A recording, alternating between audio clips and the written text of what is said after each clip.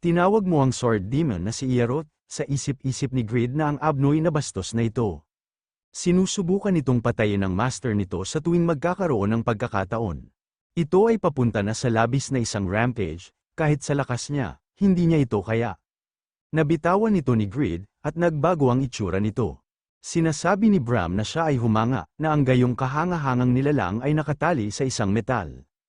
Namangha naman dito si Euphemina at sinasabi nito na ito ay napakaganda. Sa isip-isip ni Grid na hindi niya akalain na pati si Bram ay magugulat. Nabalutan ng pulang bagay si Ierot, ayon sa pinuno ng impyerno, si Marbas, siya ay isang taong may kakayahang baguhin ang mga rank ng mga Great Demons.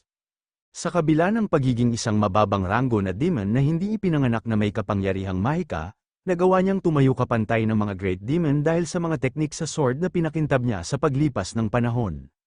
Ang pinakamahusay na tao na sword sa impyerno, Sword Demon, ang nag-iisang may kakayahang pumunta sa par na isang Great Demon na si Zepar. Lumitaw ang isang demon na pinaglagyan ng lahat ng uri ng pang-uri. Sinasabi ni Ierot na 300 years na ba simula nung makalanghap siya ng hangin.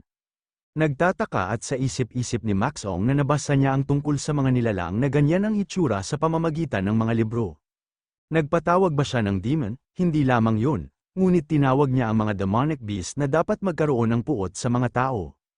Kakaiba, napapaligiran siya ng isang nilalang na dapat ay nasa impyerno, hindi niya akalain na ang isang solong tao ay magiging napakakapansin-pansin. Gulat na gulat si Grid at sinasabi nito na ito ay kamanghamanghang energy.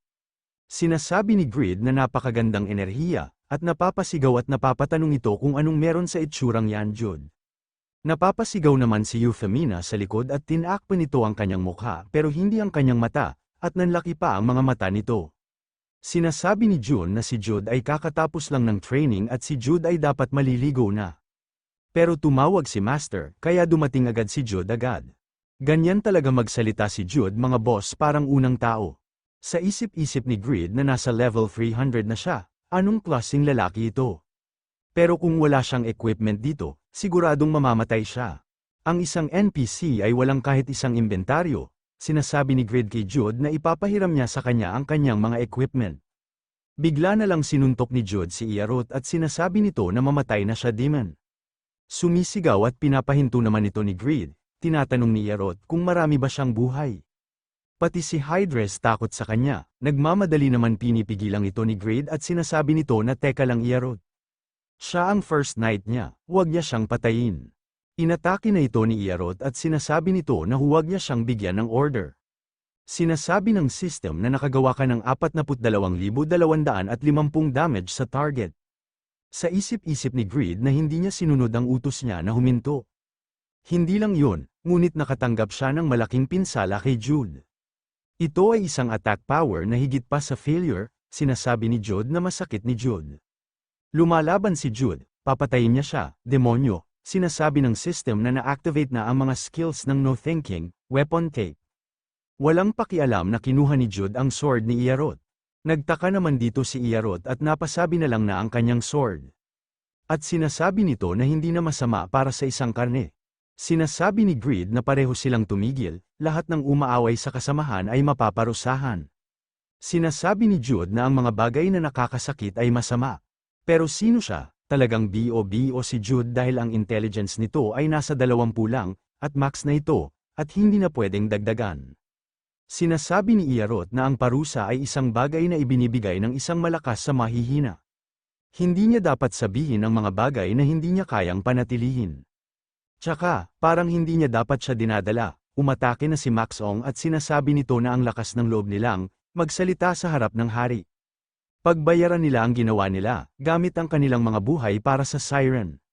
Binigyan si Grid ng Great Sword ng God Hand, at sinasabi ni Grid kay Ierot na pinalakas niya siya, pero hindi man lang siya marunong magpasalamat. Sa isip-isip ni Grid na hindi niya akalain na hindi siya magpapasalamat sa pagtaas ng rank nito, nakikinabang siya ngunit hindi siya nakikinig. Sabay na umatake sila Euphemina at Lowell, at ginamit nila ang kani-kanilang mga skill. Sinasabi ni Maxong na papatayin niya silang lahat ng isa-isa. Sinasabi ni Ierot na dinadama niya pa ang sariwang hangin pagkatapos ng mahabang panahon, ngunit ang lahat ay naghahalili upang magdulot ng kaguluhan.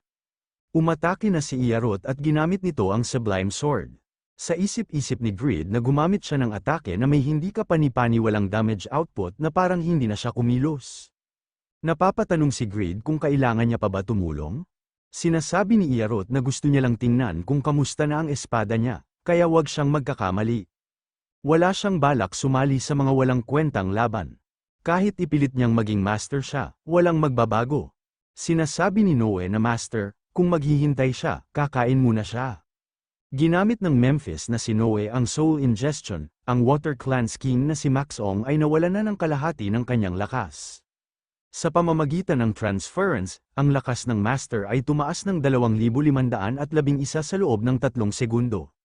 Sa isip-isip ni Grid na nag-absorb siya ng 2,500 strength. Isinasaalang-alang ang kanyang wave magic, ibig sabihin ang kanyang intelligence at strength ay higit sa 5,000 at least.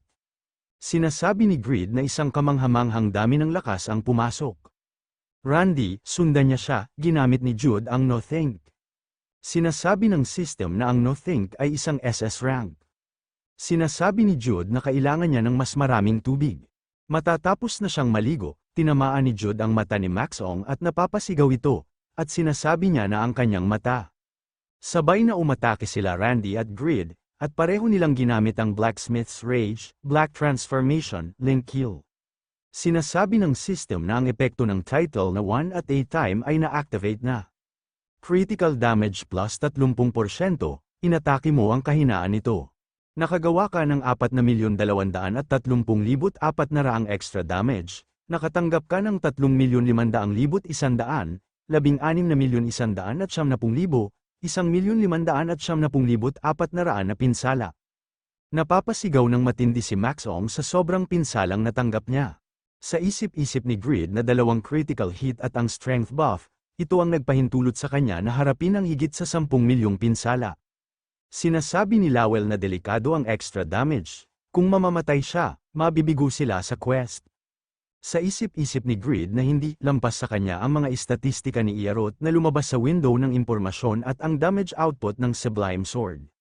Nakatanggap siya ng ganoong pag-atake at ang link kill nila ni Randy, ngunit halos 30% lang ng kanyang health ang nawala sa kanya.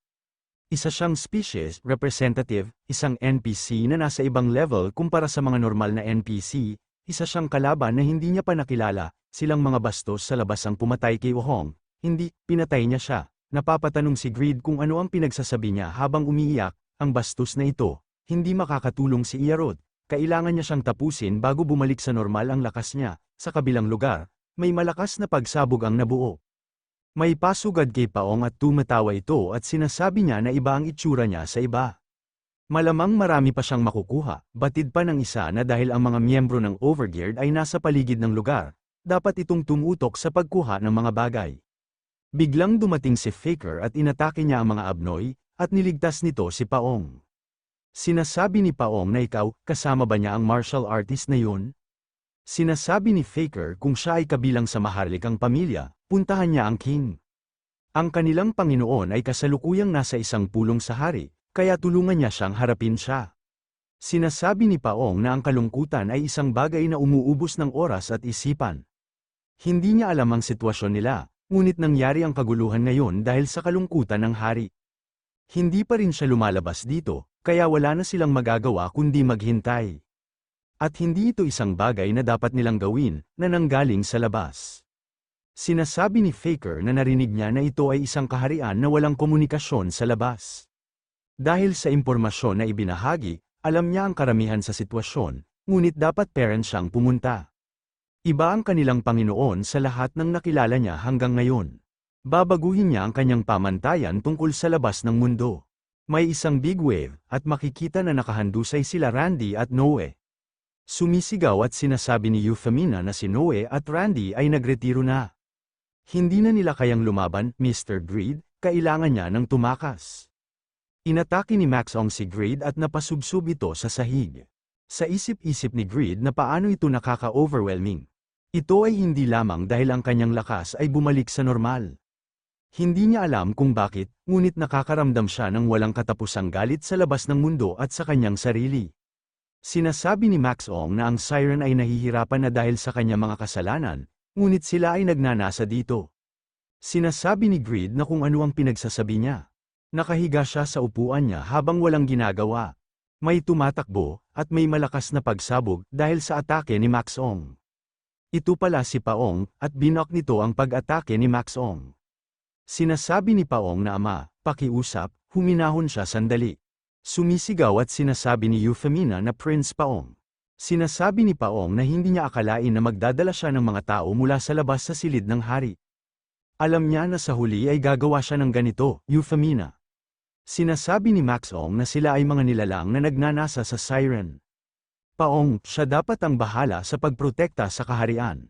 Tapos, bakit niya siya pinipigilan? Sinasabi ni Paong na alam niya. Ngunit marami na silang nagawa ngayon para ipagtanggol ang siren.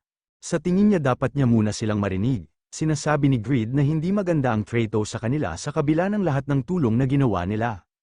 Napapatanong ito kung anong meron sa kilos niya ngayon.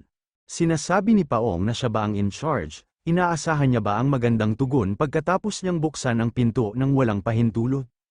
Sinasabi ni Paong na ang pakikialam sa kanila ng mga taong hindi alam ang nangyari sa royal family ay parang pag-ehersisyo ng karahasan laban sa siren.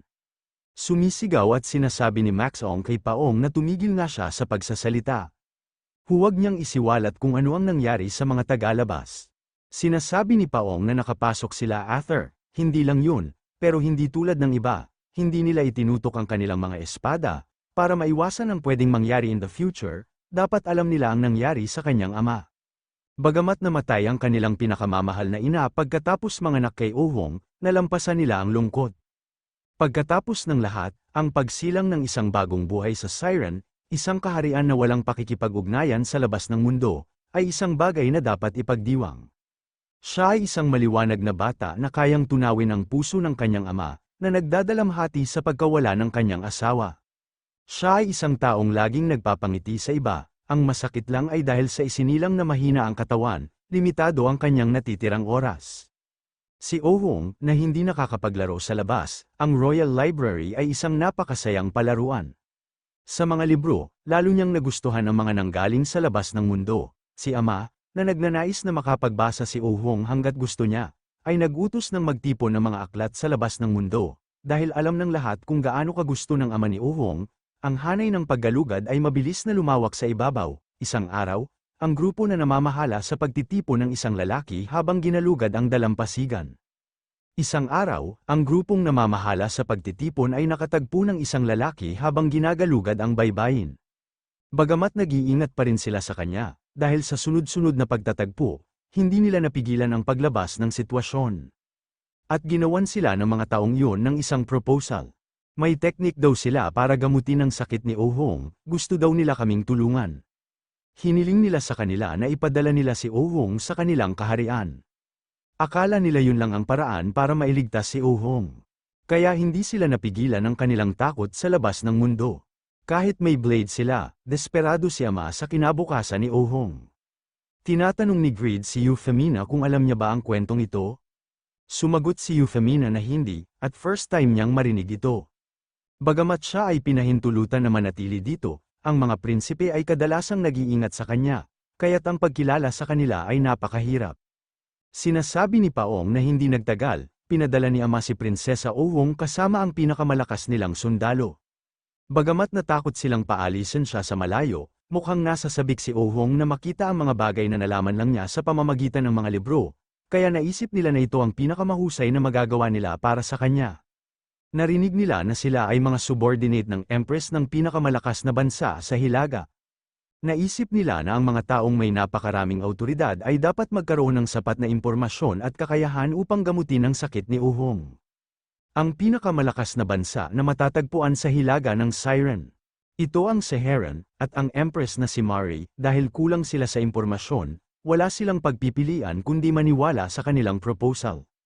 Galit na sinasabi ni Max Ong kay Euphemina na pinagbuksan niya siya ng pinto sa kabila ng pagtanggi ng mga prinsipe. Tapos bago pa isinilang si Ohong, may isang magician na malaki ang naitulong sa siren sa mahabang panahon. At ito si Mumed, alam niyang malaki ang naitulong niya sa mga mamamayan ng siren habang nananatili dito.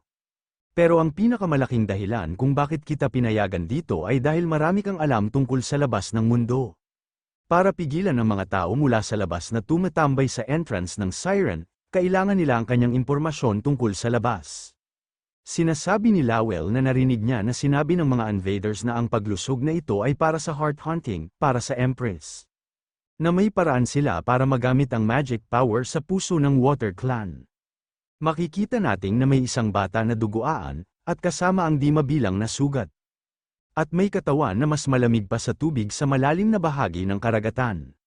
Napaiyak si Euphemina at napahawak sa kanyang bibig at sa isip-isip nito na huwag niyang sabihin na ang katawan ni Princess Ohong, hindi pa natatapos ang sasabihin ni Euphemina nagpakawala na ng malakas ng aura si Maxong. At sinasabi nito na nais niyang isara ang Siren at maghanda para sa depensa, at magkaroon ng ilang oras upang magsisi tungkol sa kanyang kasalanan para sa paghagis ng kanyang anak na babae sa mga hayop. Sinasabi ni Iarot, na sa tingin niya dapat niyang ihanda ang kanyang sarili, greed, ang lugar na ito ay isang malaking pagkakamali, sa tingin niya ba magiging mahinahon ang pagpasok at pagnanais niya sa Siren, ang tanging pahingahang lugar na mayroon si Ohong, gaano kababa ang babagsakan nila, mga tao sa labas.